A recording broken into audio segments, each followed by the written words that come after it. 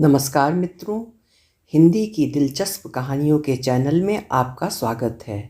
आज सुनिए सुप्रसिद्ध हिंदी उर्दू कथाकार सादत हसन मंटो जी की लिखी हुई कहानी झुमके। मंटो जी की फ़ैन फॉलोइंग ज़बरदस्त है।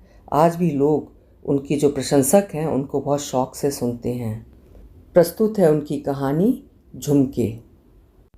सुनार की उंगलियां झुमकों को ब्रश से पॉलिश कर रही हैं। झुमके चमकने लगते हैं।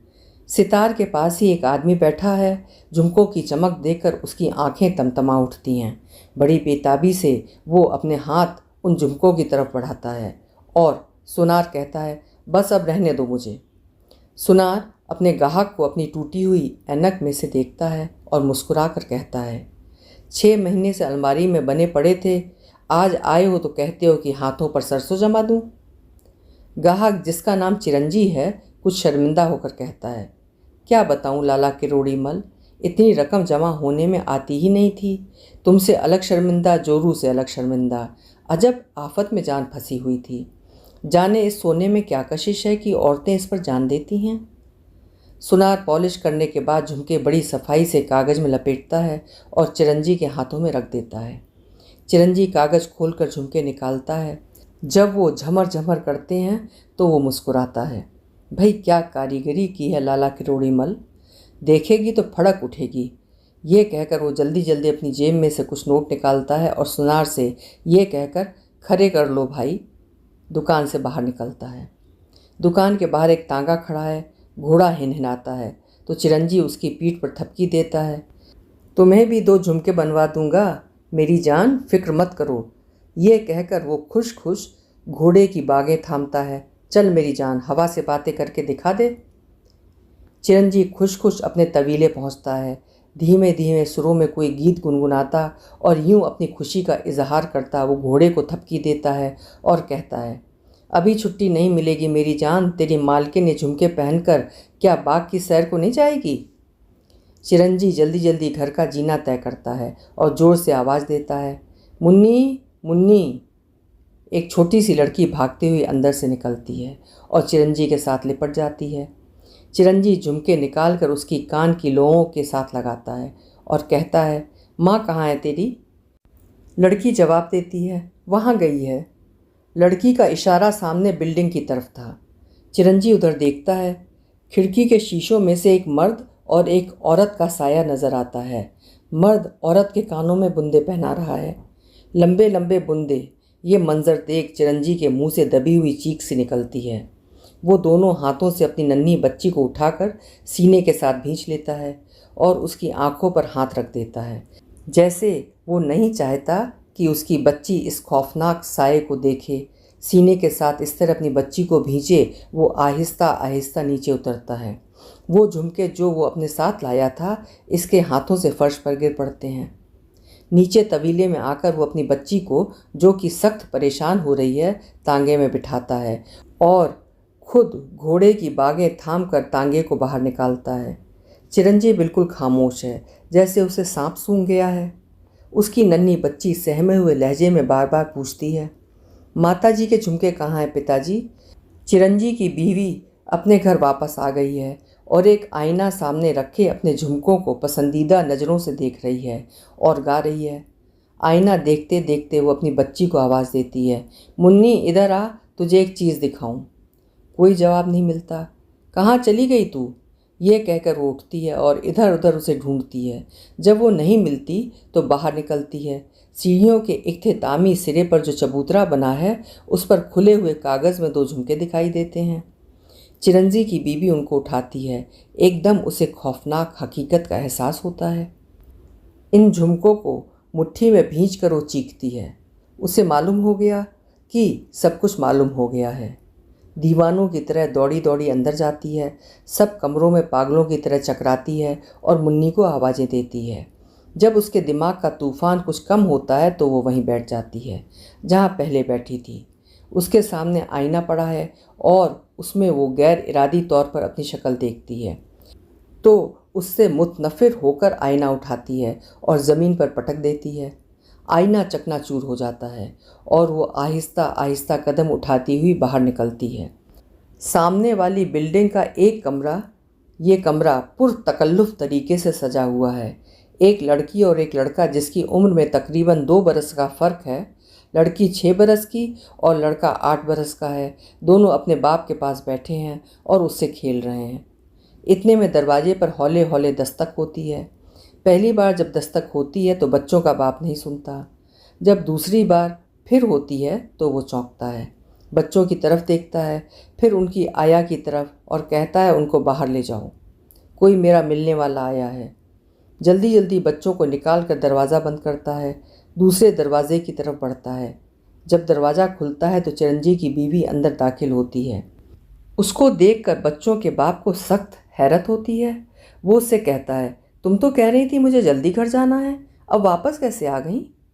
चिरंजी की बीवी कुछ जवाब नहीं देती, साकित जामिद खड़ी रहती है। उसको खामोश देखकर वो फिर उससे पूछता है, वो अभी तक वापस नहीं आया? चिरंजी की बीवी कुछ जवाब नहीं देती तो फिर उससे सवाल करता है, तुम खामोश क्यों हो? झुमके पसंद नहीं आए? चिरंजी की बीवी के होंठ खुलते हैं, फीकी सी मुस्कुराहट के साथ कहती है, क्यों नहीं आए, बहुत पसंद आए। क्या और ला दोगे मुझे? बच्चों का बाप मुस्कुराता है, जितने को बस यही बात थी? बड़े तल्ख लहजे में चिरंजी की बीवी कहती है, बस यही बात थी, लेकिन मुझे सिर्फ झुमके ही नहीं चाहिए, नाक के लिए कील, हाथों के लिए कंगनियाँ, कड़े, गले के लिए हार, माथे के लिए झूमर, पाँव के लिए पाजेब। मुझे इतने जेवर चाहिए कि मेरा पाप इनके बोझ तले दब जाए। अपनी इस्मत का जेवर तो उतार चुकी हूँ, अब ये गहने ना पहनूंगी तो लोग क्या कहेंगे? बच्चों का बाप ये गुफ्तगू सुनकर सख्त मुतहैयर होता है। उसकी समझ में कुछ नहीं आता। वो चिरंजी की बीवी से कहता है, ये तू क्या बहकी बहकी बातें कर रही है? चिरंजी की बीवी जवाब देती है, बहकी पहले थी, अब तो होश की बातें कर रही हूँ। सुनो, मैं तुम्हारे पास इसलिए आई हूँ कि वो चला गया है, मेरी बच्ची को भी साथ ले गया है, उसे सब कुछ मालूम हो चुका है, अब वो कभी वापस नहीं आएगा। जिस तरह मेरी लुटी हुई आबरू वापस नहीं आएगी। बोलो, मुझे पनाह देते हो? मैं तुम्हें इस पाप का वास्ता देकर इल्तिजा करती हूँ कि जो तुमने और मैंने मिलकर किया है, कि मुझे पनाह दो। बच्चों का बाप चिरंजी की बीवी की सब इल्तिजाएं सुनता है, मगर वो कैसे उस औरत को पनाह दे सकता है जिसने अपने आप को झुमके के बदले बेचा? एक सौदा था जो ख़त्म हो गया। चिरंजी की बीवी को ये सुनकर बहुत सदमा होता है। नाकाम और मायूस होकर वो चली जाती है। चिरंजी अब एक नए घर में है, रात का वक्त है। वो अपनी बच्ची मुन्नी को सुलाने की कोशिश करता है, मगर वो सोती नहीं, बार बार अपनी माँ के बारे में पूछती है। चिरंजी उसको टालने की कोशिश करता है, मगर बच्ची की मासूम बातें उसे परेशान कर देती हैं। आखिर में घबराकर उसके मुंह से ये निकलता है, मुन्नी, तुम्हारी माताजी मर गई हैं। रास्ता भूलकर वो ऐसी जगह चली गई हैं जहाँ से वापस आना बड़ा मुश्किल होता है। दरवाज़ा खुलता है। चिरंजी फौरन मुन्नी का चेहरा कंबल से ढाँप देता है। चिरंजी की बीवी दाखिल होती है। चिरंजी उठता है, उसे बाहर ढकेल कर अपने पीछे दरवाज़ा बंद कर देता है। चली जाओ यहाँ से, वो उससे कहता है। चिरंजी की बीवी जवाब देती है, चली जाती हूँ, मेरी बच्ची मुझे दे दो। चिरंजी गुस्से और नफ़रत भरे लहजे में उससे कहता है, वो औरत जो मर्द की बीवी नहीं बन सकती, औलाद की माँ कैसे हो सकती है? अपने पाप भरे सीने पर हाथ रखकर कहो, क्या तुम्हें मुन्नी की माँ कहलाने का हक हासिल है? क्या उस दिन के बाद जब तुमने ये झूमर लेकर एक गैर मर्द को हाथ लगाने दिया, तुम अपनी औलाद के सर पर शराफत का हाथ फेर सकती हो? क्या तुम्हारी ममता उस दिन जलकर राख नहीं हो गई थी जब तुम्हारे कदम डगमगाए थे? अपनी बच्ची को लेने आई हो, वो झुमके पहनकर जिन्होंने तुम्हारी ज़िंदगी के सबसे कीमती जेवर को उतार कर गंदी मोरी में फेंक दिया है। मैं ये पूछता हूँ, जब ये झुमके हिलते हैं तो तुम्हारे कानों में ये आवाज़ नहीं आती कि ना तुम माँ रही हो ना बीवी? जाओ, तुम्हारी मांग सिंदूर से और तुम्हारी गोद औलाद से हमेशा खाली रहेगी। जिन कदमों से आई हो उन्हीं कदमों से वापस चली जाओ।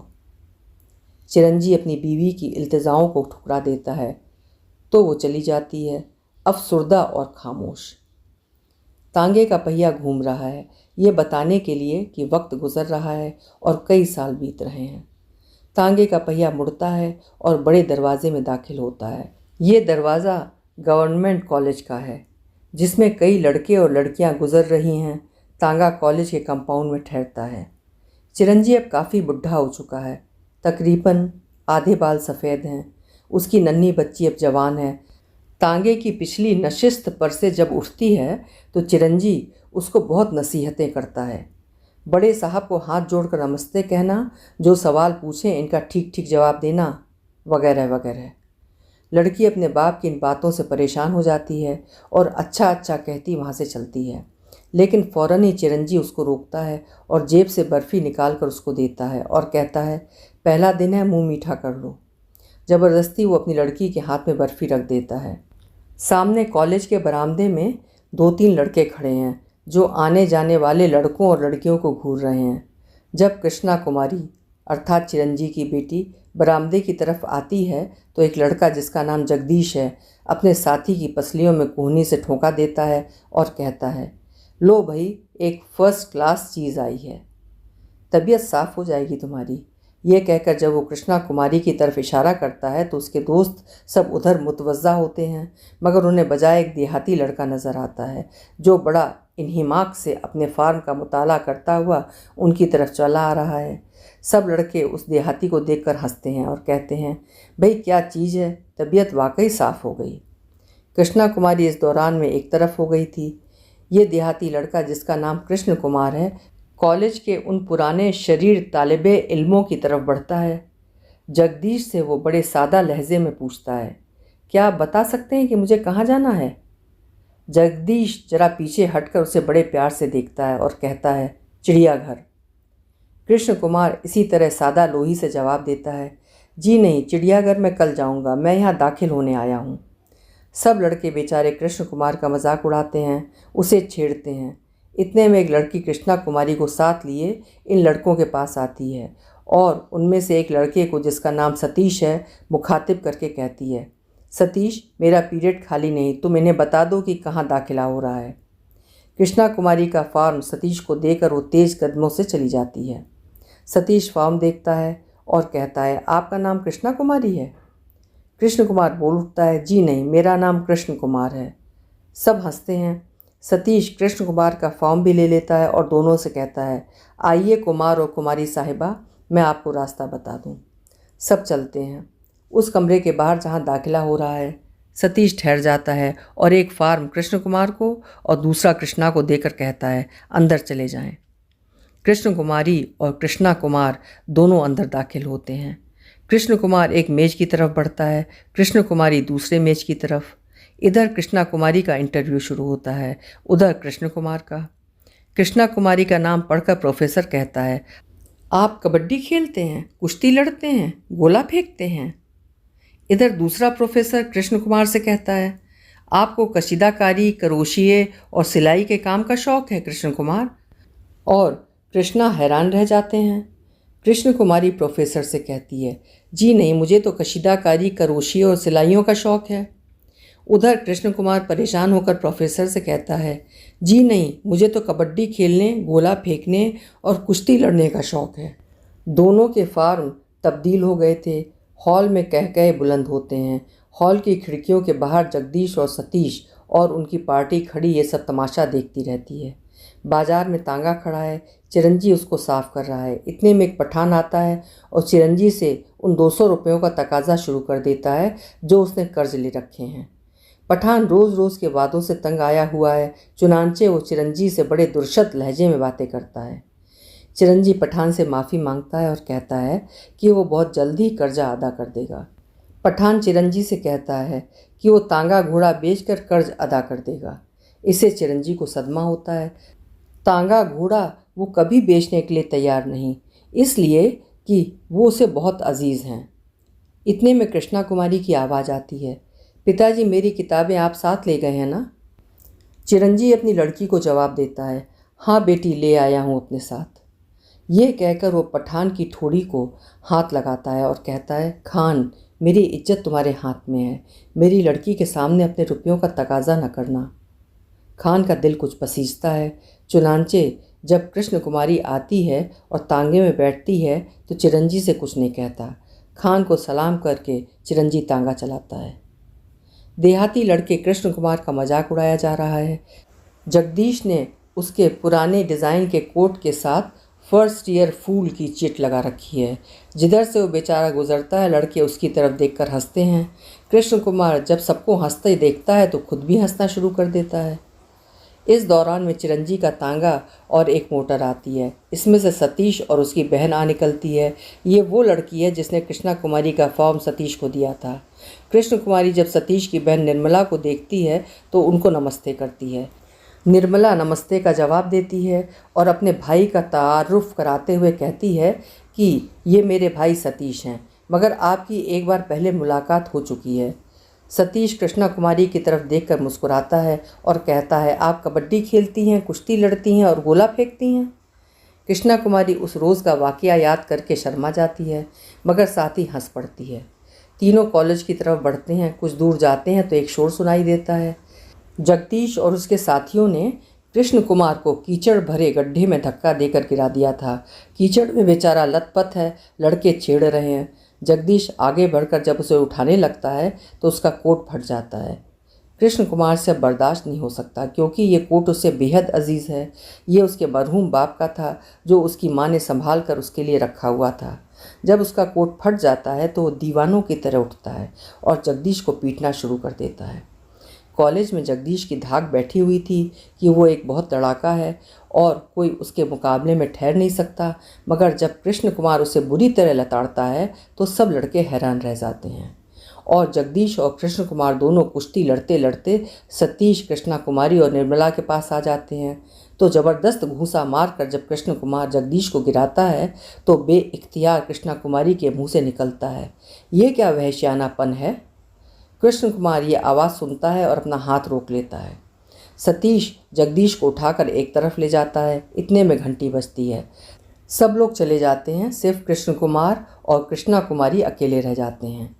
दोनों चंद लम्हात खामोश खड़े रहते हैं। आखिर में कृष्ण कुमार नदामत भरे लहजे में कृष्णा कुमारी से कहता है, मुझे माफ़ कर दो, आइंदा मुझसे कभी ऐसी वहशियाना हरकत नहीं होगी। कृष्णा कुमारी उसकी सादगी से बहुत मुतासिर होती है। जब वो उससे कहता है, मैं किसी से कुछ नहीं कहता, लेकिन ये लड़के मेरी तरफ देख देख कर क्यों हंसते हैं, क्यों छेड़ते हैं, क्यों तंग करते हैं। मुझे कीचड़ में लथपथ कर दिया है, मेरा कोट फाड़ दिया है जो मेरे बाप का है। कृष्णा कुमारी उससे हमदर्दी करती है और उसे बताती है कि लड़के उसको सिर्फ इसलिए छेड़ती हैं कि उसका लिबास पुरानी वजह का है।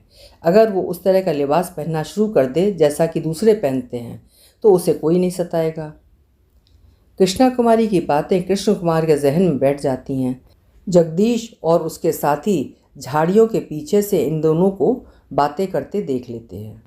हॉस्टल में कृष्ण कुमार अपने कमरे में आईने के सामने खड़ा है और सूट का मुआयना कर रहा है।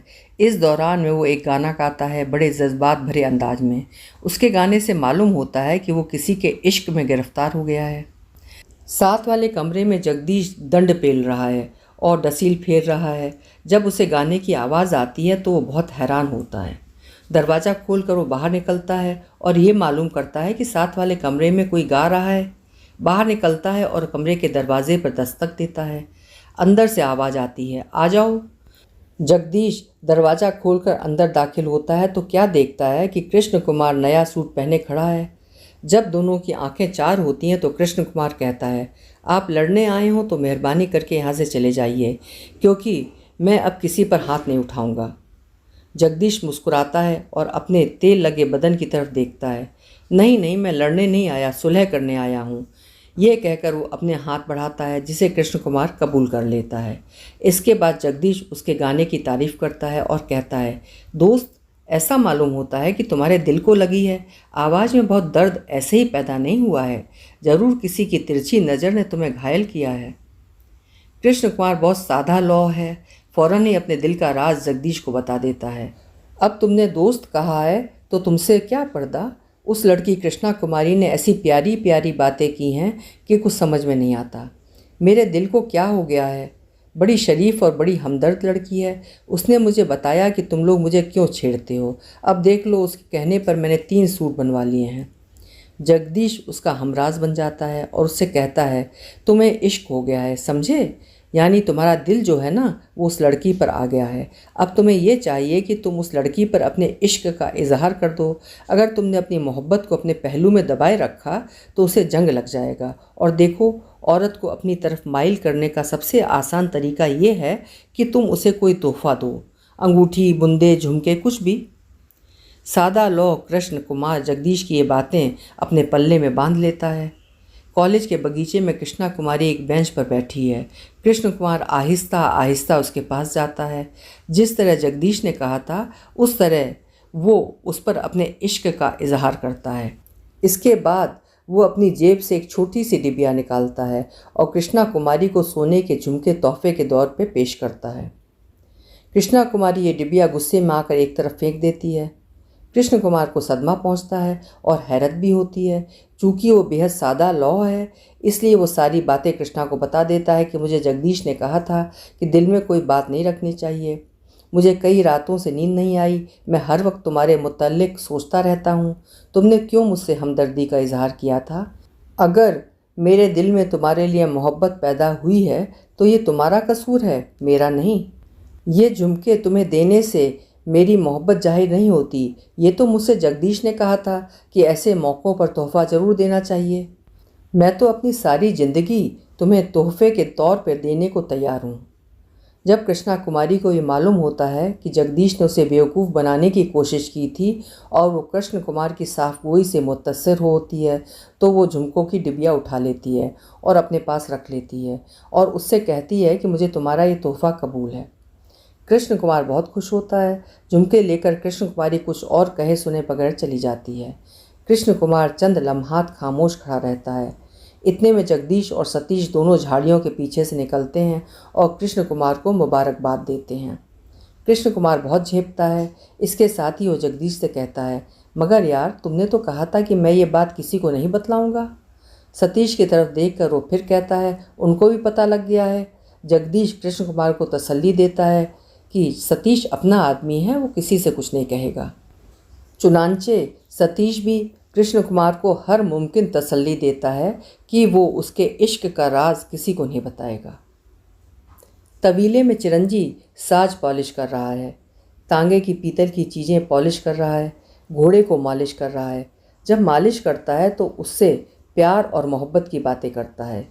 दोस्त, तुमने मेरी बहुत खिदमत की है। अगर तुम ना होते तो जाने ज़िंदगी कितनी कठिन हो जाती। तुमने और मैंने दोनों ने मिलकर मुन्नी को पढ़ाया है। इतने में उसके 2-3 दोस्त जो तांगे वाले हैं आते हैं। उनमें से एक चिरंजी से कहता है, ये तुम घोड़े से क्या बात करते रहते हो, जैसे ये सब कुछ समझता हो।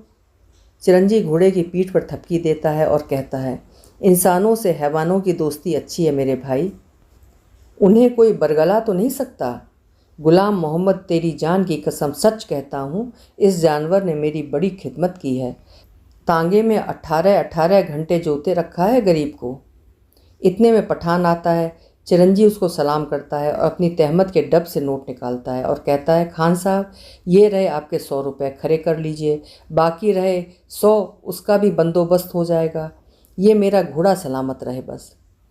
ये कहकर वो बड़े फ़ख्र से अपने घोड़े की तरफ देखता है। पठान नोट लेकर चला जाता है। इतने में एक तांगे वाला चरण जी से कहता है, तुम लड़की को पढ़ाना शुरू करके खामखुआ एक जंजाल में फंस गए हो। कोई ना कोई कर्ज खा तुम्हारे पीछे लगा ही रहता है। चिरंजी हंसता है, सबसे बड़ी कर्ज खा मेरी बेटी है। उसका कर्ज अदा हो जाए तो ऐसे लाख कर्ज लेने वाले मेरे पीछे फिरते हैं। मुझे कोई परवाना नहीं। तुम में से कोई अफीम का नशा करता है, कोई शराब का। मुझे भी एक नशा है। जब मैं देखता हूँ कि मेरी लड़की दौलतमंद आदमियों की लड़कियों की तरह पढ़ रही है तो मेरा दिलो दिमाग एक अजीब नशे में झूमने लगता है। औरत को ज़रूर तालीम हासिल करनी चाहिए मेरे भाई, उसके कदम मजबूत हो जाते हैं। यह कहकर वो घोड़े को थपकी देता है और खुश खुश बाहर निकलता है ताकि घर जाए। अंदर आईना सामने रखे कृष्णा कुमारी अपने कानों में कृष्ण कुमार के दिए हुए झुमके पहने बैठी है और उन्हें पसंदीदा नज़रों से देख रही है, गीत गा रही है और जैसे बेखुद सी हो रही है। झुमके उसे बहुत पसंद आए हैं। इस पसंदीदगी का इजहार उसकी हर हरकत से मालूम होता है। चिरंजी आता है। घर के अंदर दाखिल होते ही वो गाने की आवाज़ सुनता है। कृष्णा कुमारी बदस्तूर गाने में मशगूल है। दफ अतन पागलों की तरह चिरंजी अंदर दाखिल होता है। कृष्ण कुमारी एकदम गाना बंद करके दोनों हाथों से अपने कानों को ढांप लेती है। चिरंजी आगे बढ़ता है। जोर से कृष्णा कुमारी के दोनों हाथ नीचे झटक देता है। करीब है कि झुमकों को इसके कानों से नोच ले। कृष्ण कुमारी खौफजदा होकर पीछे हटती है तो चिरंजी पागलों की तरह उसकी तरफ बढ़ता है और चिल्लाना शुरू कर देता है, कहाँ से लिए हैं तूने झुमके, कहाँ से लिए हैं ये झुमके। वो इस कदर ज़ोर से चिल्लाता है कि एकदम उसे चक्कर आ जाता है। जज्बात से उसकी आंखों के आगे अंधेरा सा छा जाता है। उसकी बुलंद आवाज़ बिल्कुल धीमी हो जाती है, कहाँ से लिए हैं झुमके। सर को दोनों हाथों से थाम कर वो चारपाई पर बैठ जाता है। उसकी लड़की फ़ौरन पंखा लेकर झलना शुरू कर देती है। चंद लम्हात की खामोशी के बाद वो एक गिलास पानी मांगता है। कृष्ण कुमारी उसको पानी पिलाती है। पानी पीने के बाद वो कृष्णा कुमारी से फिर पूछता है, मुन्नी ये झुमके तूने कहाँ से लिए हैं। कृष्णा कुमारी थोड़े से तवक्कुफ़ के बाद जरा हिकमत से झूठ बोलते हुए जवाब देती है, कॉलेज की एक सहेली ने दिए हैं। चिरंजी अपनी लड़की की आंखों में आंखें डालकर देखता है और कहता है, अपनी सहेली को वापस दे आओ। लड़की पूछती है, क्यों पिताजी। चिरंजी जवाब देता है, तुम्हारी माँ को ये जेवर पसंद नहीं था। ये कहकर वो उठता है और बीमारों की तरह कदम उठाता हुआ बाहर चला जाता है। उसकी लड़की उससे पूछती है, खाना नहीं खाएंगे आप। चिरंजी जवाब देता है, नहीं। बाहर निकलकर चिरंजी घोड़े की बागें थामता है और तांगा चलाता है और घोड़े को मुखातिब करके उससे कहता है, आज मेरी लड़की ने पहली बार झूठ बोला है। और अफसुर्दगी के आलम में वो तांगे पर कई बाज़ारों के चक्कर लगाता है। हत्ता की रात हो जाती है। एक नीम रोशन बाजार में से उसका तांगा गुजर रहा है। अचानक एक औरत चंद मर्दों की झपट से निकलकर तेजी से चिरंजी के तांगे की जानिब बढ़ती है। वो लड़खड़ाते हुए कदमों से भागती तांगे की पिछली नशिस्त पर बैठ जाती है। ये औरत शराब के नशे में चूर है, जेवरात से लदी हुई है और तांगे में बैठते ही वो चिरंजी से बातें शुरू कर देती है। मुझे छेड़ते थे उल्लू के पट्टे, पर मैं दाम लिए बगैर किसी को हाथ लगाने देती हूँ। क्यों तांगे वाले, तुम्हारा क्या ख्याल है। दुनिया में पैसा ही तो है, तुम कुछ बोलते नहीं। मुझे याद आया, मेरा पति एक तांगे वाला ही था, पर उस निगोड़े के पास इतने पैसे भी न थे कि मुझे झुमके ला देता। लेकिन अब देखो मेरी तरफ, ये कड़े, ये गुलबंद, ये अंगूठियाँ एक से बढ़कर एक। ये कहकर वो दर्द भरे अंदाज में हंसती है। इस्मत का गहना उतर जाए तो ये जेवर पहनने ही चाहिए। चिरंजी पहचान लेता है कि ये औरत कौन है। उसकी बीवी थी जो इस हालत को पहुंच चुकी थी। चिरंजी कंबल से अपना चेहरा करीब करीब छुपा लेता है। इस पर वो तवाइफ उससे कहती है, तुम क्यों अपना चेहरा छुपाते हो, छुपाना तो मुझे चाहिए, ये चेहरा जिस पर कई फटकारें पड़ी हैं। ये कहकर वो फिर हंसती है। तुम खामोश क्यों हो, तांगा रोक दो, मेरा घर आ गया है। चिरंजी तांगा रोक देता है। तवाइफ पायदान पर पांव रखकर उतरने लगती है कि लड़खड़ा कर गिरती है। औंधे मुँह चिरंजी दौड़कर उसे उठाता है। तवाइफ हंसती है, गिरने वालों को उठाया नहीं करते मेरी जान। ये कहकर जब वो घर की तरफ चलने लगती है तो लड़खड़ा कर फिर गिरती है। चिरंजी उसको थाम लेता है और उसको उसके घर तक छोड़ आता है। जब चलने लगता है तो तवाइफ उसको किराया देती है। चिरंजी किराया ले लेता है। तवाइफ उसका बाजू पकड़कर अंदर घसीटती है। आओ मेरी जान आओ, आज की रात मेरे मेहमान रहो, मैं तुमसे एक पैसा भी नहीं लूँगी। आओ, शराब की पूरी बोतल पड़ी है, ऊपर आओ। चिरंजी तांगे में बैठकर चला जाता है। तवाइफ हंसती है और कहती है, बेवकूफ़ कहीं का, मुफ्त की तो काजी भी नहीं छोड़ता। चिरंजी घर पहुंचता है। जब अंदर दाखिल होता है तो उसे रोने की आवाज़ सुनाई देती है। कमरे में जाकर देखता है कि उसकी लड़की बिस्तर पर औंधे मुँह लेटी है और जार जार रो रही है। चिरंजी उसके पास जाता है, उसके सर पर हाथ फेरता है और रोने का सबब पूछता है। उसकी लड़की और ज़्यादा रोना शुरू कर देती है। जब चिरंजी दोबारा उससे रोने का सबब पूछता है तो वो कहती है, मुझे माँ याद आ रही है, अगर वो आज ज़िंदा होती तो मैं। और वो इसके आगे कुछ नहीं कह सकी और बाप के पांव पकड़कर कहती है, मुझे माफ़ कर दीजिए पिताजी, मैंने आज आपसे झूठ बोला है। चिरंजी कहता है, मुझे मालूम है। इस पर उसकी लड़की कहती है, अगर आज मेरी माताजी होती तो मैंने झूठ कभी ना बोला होता। बहुत सी बातें ऐसी होती हैं जो लड़कियां सिर्फ अपनी माँओं को ही बता सकती हैं। चिरंजी अपनी लड़की को उठाता है और अपने पास बिठाता है। मैं तुम्हारी माँ हूँ, बोलो क्या बात है, शर्माओ नहीं। कृष्णा कुमारी झेप जाती है और शर्मा कर कहती है, ये झुमके मुझे कॉलेज के एक लड़के ने दिए हैं पिताजी, वो बहुत ही अच्छा है। ये कहकर वो तेज़ी से कमरे से बाहर निकल जाती है। चिरंजी बिस्तर पर पड़े हुए झुमकों को उठाता है और उनकी तरफ देखता है। चिरंजी का तांगा कॉलेज के दरवाजे में दाखिल होता है। कृष्णा कुमारी अपनी किताबें लेकर नीचे उतरती है। चिरंजी अपनी जेब से झुमकों की डिबियाँ निकालता है और लड़की को देकर कहता है, इसे आज वापस कर देना। कृष्णा कुमारी डिबिया लेकर खामोशी से चली जाती है। आहिस्ता आहिस्ता कदम उठाती वो कॉलेज के बागीचे की तरफ बढ़ती है। बागीचे में एक बेंच पर कृष्ण कुमार बैठा है और एक खत पढ़ रहा है। कृष्णा कुमारी को देखकर वो उठ खड़ा होता है और इससे बातें शुरू कर देता है। माताजी का खत आया है, लो पढ़ो। नहीं ठहरो, मैं पढ़ के सुनाता हूँ। पर तुम हंसना नहीं, मेरी माँ बेचारी सीधी सादी देहाती है। मैंने उनको तुम्हारी बातें लिखी हैं। मैं उनसे कोई बात छुपा कर नहीं रखता। सुनो उन्होंने क्या लिखा है। बेटा कुमार, ऐसी कोई बात ना करना जिससे उस लड़की की बदनामी हो। उसके माँ बाप से मिलो और कहो जैसी वो उनकी बेटी है वैसे ही तुम उनके बेटे हो। मेरी तरफ से उसको आशीर्वाद देना। तुम जुग जुग जियो। और बाकी अहवाल ये है कि मैंने खालिस घी की अपने हाथ से ये मिठाई बनाई है जो तुम्हें भेज रही हूँ। इसमें आधा हिस्सा तुम्हारी कृष्णा कुमारी का है। कहना तुम्हारी माताजी ने भेजा है। कृष्णा कुमारी दम बखूद ये बातें सुनती रहती है। कृष्ण कुमार इस रौब में बातें करता रहता है और कृष्णा कुमारी को मौका ही नहीं मिलता कि वो कुछ कह सके। देखा मेरी माँ कितनी सीधी सादी है। उन्होंने मिठाई भेजी है, बिल्कुल ख़राब थी, पर मैं सारी की सारी खा गया। क्या करता, अगर ना खाता तो नाराज़ हो जाती। मैं भी बिल्कुल उन जैसा हूँ। अगर तुमने उस रोज़ मेरा तोहफ़ा कबूल न किया होता तो मेरा दिल टूट जाता, जाने मैं क्या कर बैठता। कृष्णा कुमारी कुछ कहना चाहती है मगर उसकी आवाज़ रुंध जाती है। झुमके वापस देना चाहती है, नहीं दे सकती है। उसकी आंखों में आंसू छलक पड़ते हैं। एकदम तेज़ी से मुड़ती है और कृष्ण कुमार को वहीं छोड़कर चली जाती है। कृष्णा कुमारी तेज़ी से जा रही है कि उसकी मुठभेड़ जगदीश और सतीश से होती है। दोनों उसकी तरफ गौर से देखते हैं क्योंकि उसकी आंखें आंसुओं से लबरेज हैं। कृष्णा कुमारी चली जाती है। जगदीश और सतीश एक दूसरे को देखते हुए इस तरफ बढ़ते हैं जिधर कृष्ण कुमार बैठा है। जगदीश और सतीश दोनों कुमार से मिलते हैं। जगदीश उससे कहता है, कुमार तुमने ये क्या गज़ब कर दिया, बेचारी रो रही थी। भाई ये रोमांस अच्छा रहा, मारा वारा तो नहीं तुमने। कृष्ण कुमार सादा लोही के साथ मुस्कुराता है और कहता है, एक ख़ास बात थी। जगदीश ने उससे एक ख़ास बात दरियाफ्त की तो कृष्ण कुमार कहता है, एक ख़ास बात थी। जगदीश फिर उससे एक ख़ास बात दरियाफ्त करता है। कृष्ण कुमार कहता है, भाई सब बातें तो मैं नहीं बता सकता, कह जो दिया एक ख़ास बात थी। ये कहकर वो चला जाता है। जगदीश और सतीश दोनों अकेले रह जाते हैं। दोनों बेंच पर बैठ जाते हैं और कृष्णा कुमारी के मुतल्लिक बातें शुरू कर देते हैं। जगदीश कहता है, मैं समझता हूँ कि फ्लर्ट है, उसको हासिल करने का सबसे बेहतर तरीका ये है कि तांगे वाले से बातचीत की जाए। वो इसके सारे भेद जानता होगा। बाहर मामला तय हो जाएगा और यहाँ कॉलेज में किसी को खानो कान खबर ना होगी। सतीश को ये बात पसंद आती है। चुनांचे तय होता है कि जगदीश तांगे वाले से बातचीत करे। चिरंजी कॉलेज से बाहर तांगा लिए खड़ा है। पास ही पान सिगरेट वाले की दुकान है। यहाँ जगदीश खड़ा है। पान वाले से पान और सिगरेट लेता है और चिरंजी की तरफ बढ़ता है।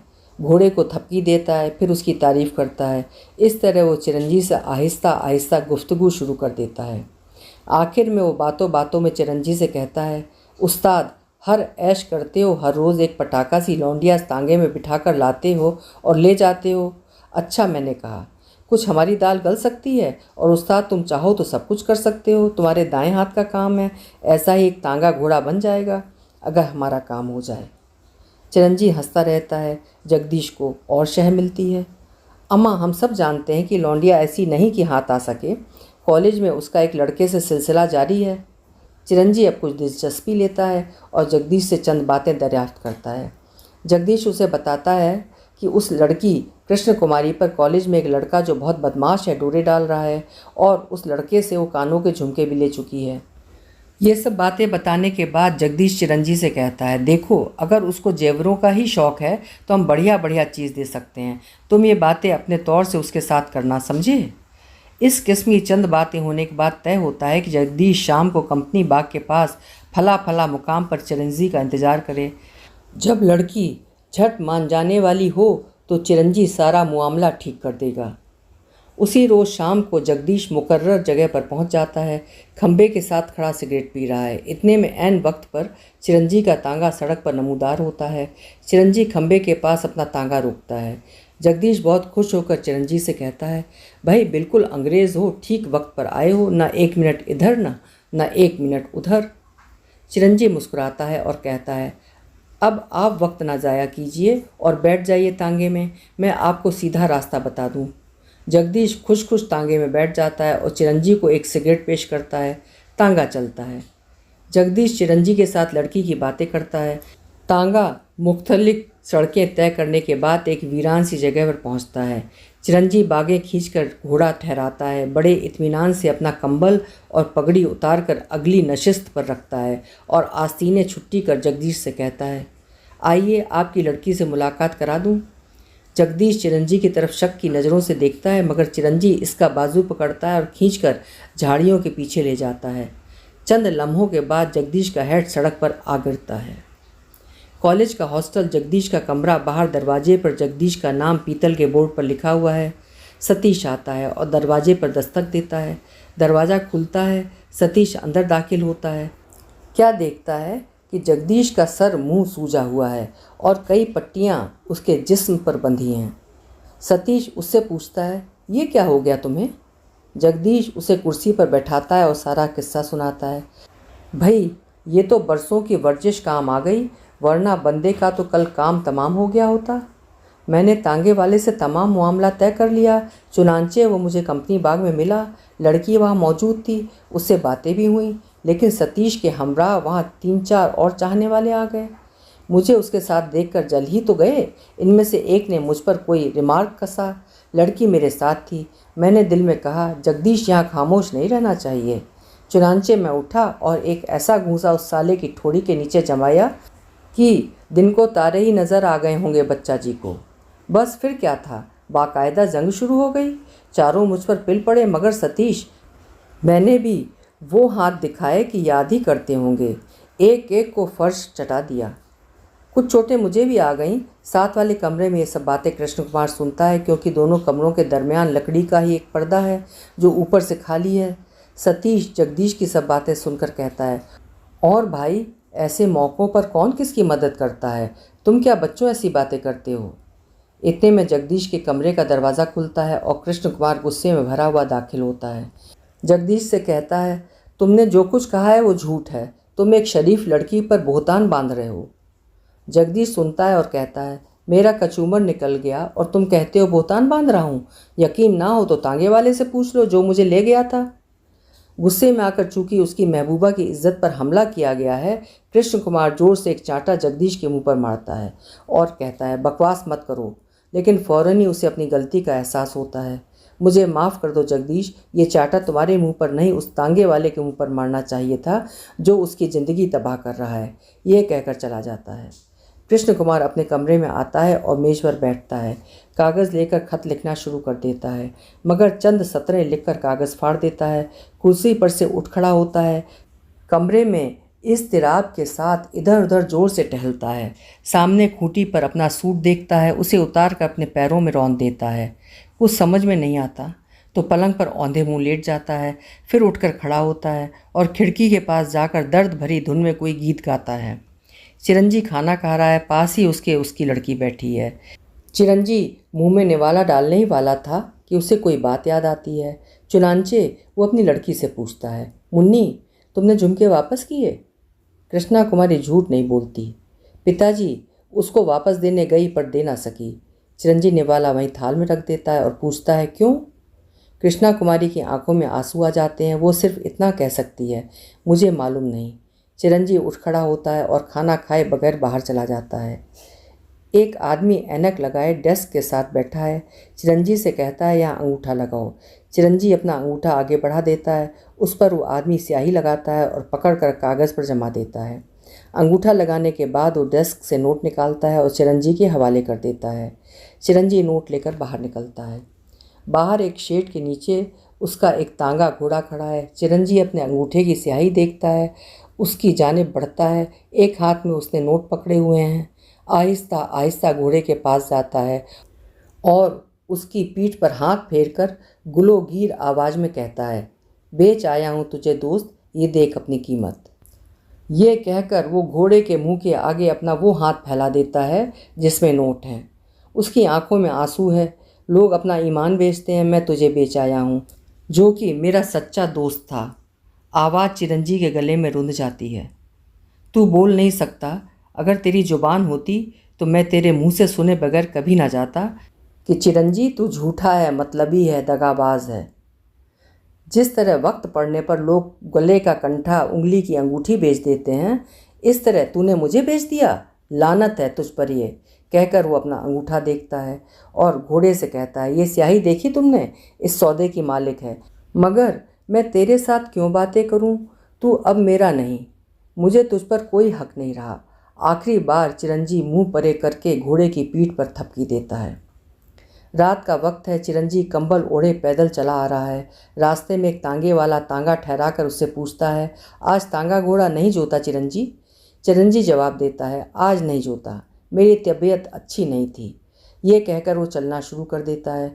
घर में चिरंजी की लड़की कृष्णा कुमारी लालटेन जलाए इंतज़ार कर रही है। कभी उठती है, कभी बैठती है, उसे किसी पहलू चैन नहीं। इतने में दरवाजे पर दस्तक होती है। वो उठकर दरवाज़ा खोलती है। चिरंजी अंदर दाखिल होता है। कृष्णा कुमारी उससे पूछती है, पिताजी आज आप इतनी देर से आए हैं, कहाँ चले गए थे? चिरंजी अपने कंबल से एक पोटली निकालता है और उसे खोलकर अपनी लड़की को देता है। ये जेवर लाने गया था तेरे लिए। तुझे शौक़ जो है इन सब का, अब तो तेरा दिल नहीं ललचाएगा। तू कहेगी तो मैं ऐसे और जेवर भी ला दूँगा, अपना आप भी बेच डालूँगा, तेरे दिल में ललचाहट पैदा ना होने दूँगा। कृष्णा कुमारी कभी जेवरों की तरफ देखती और कभी अपने बाप की तरफ। आखिर में कहती है, कोई चीज़ बेची है आपने ये गहने खरीदने के लिए? अगर आपने ऐसा किया है तो सख्त गलती की है। ये कहते हुए इसके हाथ से जेवर फर्श पर गिर पड़ते हैं। पिताजी मैंने कभी इन चीज़ों को ललचाई हुई नज़रों से नहीं देखा। ये आपको कैसे मालूम हुआ कि मुझे इन चीज़ों का शौक़ है? चिरंजी उससे कहता है, तूने वो झुमके वापस क्यों नहीं किए? कृष्णा कुमारी की आंखों में आंसू आ जाते हैं। काश मेरी माँ होती और मेरी बात समझ सकती कि आप समझते हैं मैं सोने चांदी के लिए अपने आप को बेच दूंगी। आपने मुझे तालीम दी है, मेरे कदम मजबूत किए हैं पिताजी। मैं आपकी बेटी हूँ, आपने मेरा नहीं अपना अपमान किया है। ये कहकर वो रोती रोती पास पड़े हुए संदूकचे से झुमकों की डिबिया निकालती है और अपने बाप को देकर कहती है, लीजिए ये झुमके जिसने मुझे दिए थे उसको आप ही वापस दे आइए। अगर आप कहेंगे तो मैं उसकी याद को भी अपने दिल से निकाल कर आपके कदमों में रख दूंगी। ये कहकर वो रोती हुई दूसरे कमरे में चली जाती है। चिरंजी फर्श पर पड़े हुए जेवरों की तरफ देखना शुरू कर देता है। कॉलेज का सदर दरवाज़ा। कृष्ण कुमार खामोशी से दीवार के साथ लग कर खड़ा है। उसकी नज़रें दरवाजे पर जमी हुई हैं। जगदीश और सतीश आते हैं। सतीश उससे पूछता है, बड़ी देर से यहाँ खामोश खड़े हो, क्या बात है? कृष्ण कुमार एक अज़्म के साथ जवाब देता है, उस बदमाश तांगे वाले का इंतज़ार कर रहा हूँ। आज उसको ऐसा सबक सिखाऊंगा कि सारी उम्र याद रखेगा। जगदीश कृष्ण कुमार को तांगे वाले के खिलाफ और ज़्यादा मुश्तइल करता है। दफतन सबकी नज़रें दरवाजे की तरफ उठती हैं। तांगे वाला, चिरंजी, कृष्णा कुमारी दोनों पैदल अंदर दाखिल होते हैं। जगदीश ये देखकर कहता है, आज तांगा कहाँ गया? कंपाउंड में दाखिल होकर चिरंजी अपनी लड़की को किताबें देता है। कृष्णा कुमारी दूर से कृष्ण कुमार को देखती है और उसकी तरफ इशारा करती है। चिरंजी सर हिला देता है। कृष्ण कुमार कृष्णा कुमारी का इशारा देख लेता है। कृष्णा कुमारी एक तरफ चली जाती है। कृष्ण कुमार गुस्से से भरा सीधा तांगे वाले की तरफ बढ़ता है। चिरंजी भी उसकी तरफ आ रहा होता है। चिरंजी के पास पहुंचकर कृष्ण कुमार ने आओ देखा ना ताओ खींचकर एक चाटा चिरंजी के मुंह पर मारता है और कहता है कि इशारे हो रहे थे मेरी तरफ, क्या मुझे भी तुम अपने जैसा बदमाश समझते हो? एक चाटा वो चिरंजी के मुंह पर जमा देता है। उल्लू के पट्टे, शर्म नहीं आती तुझे? पराई लड़कियों को बुरे रास्ते पर लगाते हुए क्या तेरी कोई लड़की नहीं जो पैसे के लालच में आकर भड़वे बने हुए हो? चिरंजी के मुंह से खून बहना शुरू हो जाता है। वो आगे बढ़ता है। कृष्ण कुमार ये समझकर कि वो उसे मारना चाहता है, घूंसेबाजी शुरू कर देता है। चिरंजी उसे अपने सीने के साथ भींच लेता है। कृष्ण कुमार घूंसे चलाता रहता है। इतने में बहुत से लोग इकट्ठे हो जाते हैं, जिनमें जगदीश भी शामिल है। एक दो बट्टियां अभी तक इसी के सिर पर बंधी हुई हैं। कृष्णा कुमारी चीखती हुई आगे बढ़ती है और कृष्ण कुमार से कहती है, कुमार ये तुम क्या कर रहे हो? ये मेरे पिताजी हैं। कृष्ण कुमार मुतहैयर होकर कहता है, पिताजी? चिरंजी के मुंह से खून जारी है। वो मुस्कुराता है, हाँ बेटा, मैं इसका पिता हूँ और तुम्हारा भी। यह कहकर वो कृष्ण कुमार को सीने से लगा लेता है। जीते रहो, मैंने तुमसे मार खाई है, लेकिन इस जवान से पूछो कि वो जगदीश की तरफ इशारा करता है कि मेरे बाजुओं में कितना बल है। जगदीश वहाँ से खिसक जाता है। कृष्ण कुमार नदामत भरे लहजे में चिरंजी से माफ़ी मांगता है। अपनी लड़की और कृष्ण कुमार के सर पर प्यार का हाथ फेर कर चिरंजी जेब से झुमकों की डिबिया निकालता है और कृष्णा कुमारी को देकर कहता है, लो उसे अपने पास रखो। शहनाइयाँ बज रही हैं। कृष्णा कुमारी और कृष्ण कुमार की शादी हो चुकी है। चिरंजी अपनी लड़की और कृष्ण कुमार के सर पर शफ़क़त का हाथ फेर रहा है। अपनी लड़की से कहता है, तुम अपनी माँ को याद किया करती थी, तुम्हें माँ भी मिल गई है। यह कहकर वो कृष्ण कुमार की माँ की तरफ देखता है, जो एक सीधी सादी देहातन है। वो मुस्कुराती है और कृष्णा कुमारी की तरफ हाथ बढ़ाकर सर पर हाथ फेरती है और बड़ी सादा लोही के साथ कहती है, बेटी, मैंने तेरे लिए अपने हाथ से मिठाई बनाकर भेजी थी, क्या तूने खाई थी? कृष्णा कुमारी जरा झेंप कर कहती है, खाई थी माताजी, बहुत ही मज़ेदार थी। एक तांगे में चिरंजी की बीवी शराब के नशे में धुत बैठी है। तांगा चल रहा है। इसके साथ ही एक मर्द बैठा है। चिरंजी की बीवी पान थूक देती है। बहुत बदमज़ा है। इतने में तांगा वहाँ पहुँचता है जहाँ कृष्णा कुमारी और कृष्ण कुमार की शादी हो रही है। तांगे वाला तांगा ठहरा देता है और अपने ग्राहक से कहता है, माफ़ कीजिएगा, मैं अभी हाजिर हुआ। चिरंजी की बीवी पूछती है, कहाँ जा रहे हो तुम? तांगे वाला कहता है, चिरंजी तांगे वाले की लड़की की शादी हो रही है, मैं उसे मुबारकबाद दे आऊँ, यूँ चुटकियों में आया। यह कहकर तांगे वाला चला जाता है। चिरंजी की बीवी चंद लम्हात के लिए पत्थर की मूर्ति सी बन जाती है, लेकिन लड़खड़ाती हुई उठती है और तांगे से उतरकर उधर जाती है जहाँ से शहनाइयों की आवाज़ आती है। बारिश हो रही है। चिरंजी की बीवी, जो शराब के नशे में मदहोश है, लड़खड़ाते हुए कदमों से शादी के मंडप की ओर बढ़ती है। बारिश हो रही है। बाहर तमाशाइयों के साथ खड़े होकर वो दूल्हा दुल्हन को देखती है। अच्छी तरह देखने के लिए जब वो आगे बढ़ने की कोशिश करती है तो एक आदमी उसे पीछे हटा देता है और कहता है, ए, क्या देख रही है तू? तेरी माँ ने कभी शादी नहीं की होगी। चिरंजी की बीवी उस आदमी से झगड़ना शुरू कर देती है। मैं माँ हूँ, तू नहीं जानता, मैं माँ हूँ। सारे तमाशाई हंसते हैं। चिरंजी की बीवी देख रही है। कृष्णा कुमारी भी किसी बात पर हंस रही है। चिरंजी की बीवी की ममता जाग उठती है। वो चिल्लाना शुरू कर देती है, मुझे अंदर जाने दो, मुझे अंदर जाने दो। कुछ गड़बड़ होती देख इतने में चिरंजी बाहर निकलता है और अपनी बीवी के पास जाता है और उससे कहता है, क्या चाहती हो? तो चिरंजी की बीवी कहती है, मैं अपनी लड़की से मिलना चाहती हूँ। चिरंजी कहता है, आओ मैं तुम्हें उससे मिला देता हूँ। ये कहकर वो उसे एक तरफ ले जाता है जहाँ इसका तांगा खड़ा है। चिरंजी उसे तांगे तक ले जाता है। तांगा चला जा रहा है। चिरंजी की बीवी शराब के नशे में बार बार चिरंजी से पूछती है, मुझे मेरी बेटी से मिलाओ, मुझे मेरी बेटी से मिलाओ, मैं उसकी माँ हूँ, मैं उसे एक तोहफ़ा देना चाहती हूँ। चिरंजी खामोश रहता है। तांगे की रफ्तार तेज होती रहती है। एक बार तंग आकर वो चिरंजी से पूछती है, कहाँ ले जा रहे हो मुझे? चिरंजी जवाब देता है, जहाँ पति और पत्नी को जाना चाहिए। घोड़ा सरपट दौड़ता एक खाई में गिरता है। तांगे के पुर्जे उड़ जाते हैं। खाई के नीचे चिरंजी और उसकी बीवी पड़े हैं और दोनों बुरी तरह जख्मी हुए हैं। चिरंजी मर चुका है मगर उसकी बीवी अभी जिंदा है। वो अपनी आंखें खोलती है। उसे अपनी जवानी का वो दिन याद आता है जब झुमके पहने गा रही थी। वो जवान है और झुमके अपने कानों में देख देख कर खुश हो रही है और गा रही है। अपनी बच्ची को आवाज़ देती है और कहती है, मुन्नी, मुन्नी, आ तुझे एक चीज़ दिखाऊं। उसकी बंद मुट्ठी खुलती है। उसकी हथेली पर वही झुमके नज़र आते हैं जो चिरंजी इसके लिए लाया था। अभी आप सुन रहे थे सादत हसन मंटो की लिखी हुई कहानी झुमके। उम्मीद करती हूँ कि कहानी आपको पसंद आई होगी। फिर मिलेंगे। आप खुश रहें, आबाद रहें।